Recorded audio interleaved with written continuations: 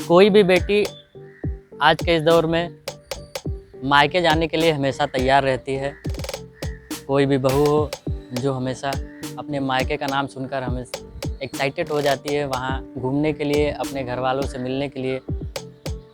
लेकिन आज की जो सच्ची घटना है मैं उसमें आपको बताने वाला हूँ कि जो लड़की है वो अपने मायके जाने से कतरा रही है। ऐसी क्या बात है कि उसको वहाँ जाने से हिचकिचाहट हो रही है। उसके पति ससुराल जाने के लिए ज़िद करते हैं और वो जो लड़की है वो अपने मायके जाने के लिए मना करती है। दोनों में ठनाठनी होती है कि नहीं आज तुम्हारे घर जाना है, दामाद बोल रहा था, और जो लड़की है मना कर रही थी कि नहीं घर नहीं जाना है। बहस काफ़ी टाइम तक चली। बहस होने के बाद लड़का जीत जाता है और वो ससुराल जाने के बाद मान लेती है। ससुराल जाने के बाद कुछ ऐसा हो जाता है उस दामाद से, कुछ ऐसी गलती हो जाती है जिसके वजह से 2 ज़िंदगियां गंवानी पड़ती है और उन 2 ज़िंदगियों के मौत से 2 परिवार बिखर जाता है।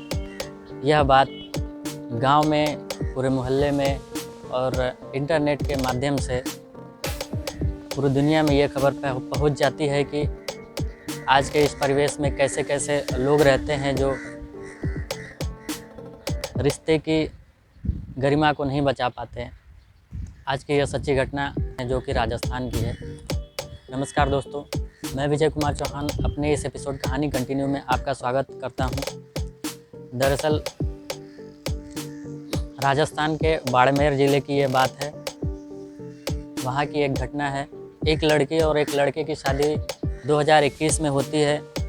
लड़की की उम्र 20 वर्ष, रीता जिसका नाम है, काल्पनिक नाम है, और एक लड़का है 22 साल का जिसका नाम तोताराम है। उन दोनों की शादी 2021 में होती है और दरवाजे पर बारात आती है तो उस लड़की की माँ बारात का स्वागत करने के लिए थाल सजाकर इंतज़ार करती है। जैसे ही बारात आती है वह थाल द्वार पूजा के जगह पर जो इंतज़ार कर रही थी महिला, वो बगल में खड़ी एक वृद्ध महिला को थाल पकड़ाकर बोलती है कि मुझे कुछ काम है, मैं अभी आती हूँ। और तब तक थोड़ी देर बाद दूल्हा आ जाता है द्वार पूजा के लिए। दूल्हा इंतज़ार करता है कि आखिर मेरी आरती क्यों नहीं उतारी जा रही है, क्यों किस बात का इंतज़ार किया जाता है। तब तक एक महिला आती है, वो थाल ले लेती है और थाल लेने के बाद दूल्हे की आरती करती है, उनका स्वागत करती है। और जो औरत थाल पकड़ती है उस दूल्हे का स्वागत करती है। दूल्हा उन्हें एकटक देखते रह जाता है, उसकी आंखें फटी की फटी रह जाती हैं। दरअसल वो जो महिला थी काफ़ी खूबसूरत थी, काफ़ी अट्रैक्टिव थी। और बाद में पता चलता है कि जो महिला थाल सजाकर स्वागत कर रही थी उस दूल्हे की, वो कोई और नहीं, उस दूल्हे की सासू माँ है। यह जानकर दूल्हा मन ही मन बहुत खुश होता है, प्रसन्न होता है कि उसकी सासू माँ काफ़ी सुंदर हैं, काफ़ी आकर्षित हैं। शादी के बाद लोगों का आना जाना शुरू हो जाता है। रिश्तों में काफ़ी मिठास रहता है। कई बार आने जाने के बाद दूल्हे ने, यानी कि रीता के पति तोताराम अपनी सासू माँ को बोल देते हैं कि सासू माँ आप बहुत खूबसूरत हैं, मुझे आप पसंद हैं। सासू माँ भी मुस्कुरा देती हैं, कहते हैं कि मेरे भी मन में कुछ ऐसा ही चल रहा है, आप भी मुझे अच्छे लगते हैं। सब कुछ अच्छा चल रहा था, एक एक दिन बीत रहा था, बढ़िया कट रहा था। लड़की अपने ससुराल में रहती थी लेकिन उसका हस्बैंड अपने ससुराल में, यानी कि जो लड़का था दामाद वो अपनी सासू माँ के यहाँ रहता था और जो लड़की थी वो अपने ससुराल में रहती थी। उन दोनों का लगाव, सास और दामाद का इतना लगाव हो गया था कि वो अपने अपने घर से हटकर सासू माँ के घर पे रहा करते थे। और यहाँ लड़की गुस्से में हमेशा घर पे रहा करती थी क्योंकि वो ससुराल नहीं जाना चाहती थी। ससुराल इसलिए जाना नहीं चाहती थी कि लोगों का फ़ोन उसको आता था कि उसकी सासू माँ और दामाद के बीच अच्छे संबंध नहीं हैं, अपने हस्बैंड को बुला के यहाँ से ले जाओ क्योंकि रिश्ता ख़राब हो रहा है, आसपास के लोगों को पता चल रहा है, नाम ख़राब हो रहा है। इस वजह से चिढ़ती थी रीता और सबको डांट दिया करती थी कि क्या नाप शनाप बोल रहे हो, वो मेरी माँ है और ये मेरे हस्बैंड हैं, माँ बेटे का संबंध है, उसको क्यों बदनाम कर रहे हैं तुम लोग। फ़ोन गुस्से में काट दिया करती थी, 2-4 बात सुना भी दिया करती थी।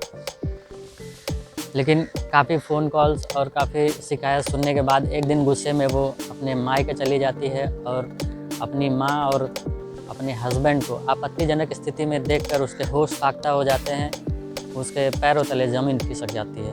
वो दोनों एक कमरे में निर्वस्त्र मिलते हैं और यह देखकर उस पत्नी के होश उड़ जाते हैं, वह सदमे में आ जाती है और लड़ाई झगड़ा करने लगती है। यह बात खुलेआम हो जाती है, आस पड़ोस में शोर मच जाता है। जब उसकी बेटी देख लेती है तो दोनों एक साथ भाग जाते हैं, वहाँ से निकलकर एक जंगल में जाते हैं, लाल फाटा जाते हैं। और जब दोनों एक दूसरे के साथ भाग जाते हैं तो यह मैटर सोशल मीडिया के माध्यम से और न्यूज़ के माध्यम से आग की तरफ फैल जाती है। जब लोग काम पर अपने अपने खेतों में काम करने के लिए निकलते हैं तो एक पेड़ पर 2 लाश देखकर दंग रह जाते हैं कि ये घटना किसने किया होगा, किसका यह करामात हो सकता है। लेकिन जो वहाँ के नज़दीकी गांव वाले थे उन लोग को पता था कि इन लोग का रिलेशन अच्छा नहीं था। यह दोनों सास और दामाद हैं। किसी अनजान व्यक्ति ने थाने पर इन्फॉर्म किया, पुलिस आती है। वहाँ के पर्वत सिंह SHO जब उन लाश को उतरवाते हैं और उनके घर पे खबर करवाते हैं तो घर का कोई रिएक्शन ही नहीं होता है, बल्कि घर का क्या आस पड़ोस और गांव वालों का भी कोई रिएक्शन नहीं होता है। SHO बोलते हैं कोई कंप्लेंट लिखवा दीजिए, FIR लिखवा दीजिए, जिससे मैं इसकी और कार्यवाही आगे बढ़ा सकूं, किसने मारा है, क्यों मारा है, क्या वजह है इनकी हत्या के पीछे। फिर भी उनके परिजनों ने ज़रा भी इस बात पर यस या नो नहीं किया। तो पर्वत सिंह ने अपने गोपनीय सूत्रों से पता लगाया कि क्या बात है, आखिर ये लोग क्यों एक्टिव नहीं हैं, क्यों इस 2 जिंदगियों के पीछे क्या वजह है। दोनों दुनिया छोड़ के जा चुके हैं, तब भी इनका कोई जान पहचान नहीं करना चाहता, उनकी बारे में खबर नहीं करना चाहता कि किसने इनको मारा है। तब जाके उनको पता चलता है जब गोपनीय सूत्रों से कि ये दोनों सासू माँ और दामाद थे, इनका रिलेशन काफ़ी ख़राब था और गांव वाले, रिलेशन वाले और उनके परिवार वाले सभी लोग जानते थे। इस वजह से लगता है कि ये दोनों शर्म के मारे एक दूसरे को मौत के घाट उतारती है। आज के दौर में लोग अपनी पसंद पूरी करने के लिए रिश्ता नाता और अपने रिश्ते का मान सम्मान भी नहीं रख पा रहे हैं, किस हद तक चले जा रहे हैं। पहले जब शादी हुआ करती थी तो लोगों को पर्दे में रखा जाता था, ज़्यादातर लोगों को मिलने नहीं दिया जाता था। जैसे दुल्हन आती थे तो महीने 1.5 महीने लोग बाहरी लोगों से नहीं मिलने देते थे और उसी तरह दूल्हे को भी नज़रबंद रखा जाता था कि दोनों एक दूसरे के लिए समय दें। लेकिन आज के दौर में शादी से पहले या शादी के बाद ही लोग हनीमून मनाने निकल जाते हैं और काफ़ी समय बाहर ही रहते हैं। पर्दा उर्दा का तो संस्कार और समय ही ख़त्म हो गया। लेकिन इन दोनों ने जो रिश्ते को दागदार कर दिया, शायद ही वो इस बारे में आगे कदम बढ़ा पाए, जिसकी वजह से उनके परिवार वाले और उनके रिश्तेदार, गांव मोहल्ले वाले सहम गए कि इस तरह के भी लोग हैं जो धरती पर माँ बेटे के भी संबंध को नहीं छोड़ रहे हैं। मैं इस कहानी से आपको दुखी नहीं करना चाहता, उदास नहीं करना चाहता। बस मैं इतना चाहता हूँ कि दोस्तों आप जहाँ भी रहें सुरक्षित रहें, अपना ख्याल रखें और देखते रहें हमारा एपिसोड कहानी कंटिन्यू, जिसमें हर तरह की घटनाओं को कहानी के रूप में सुनाया जाता है।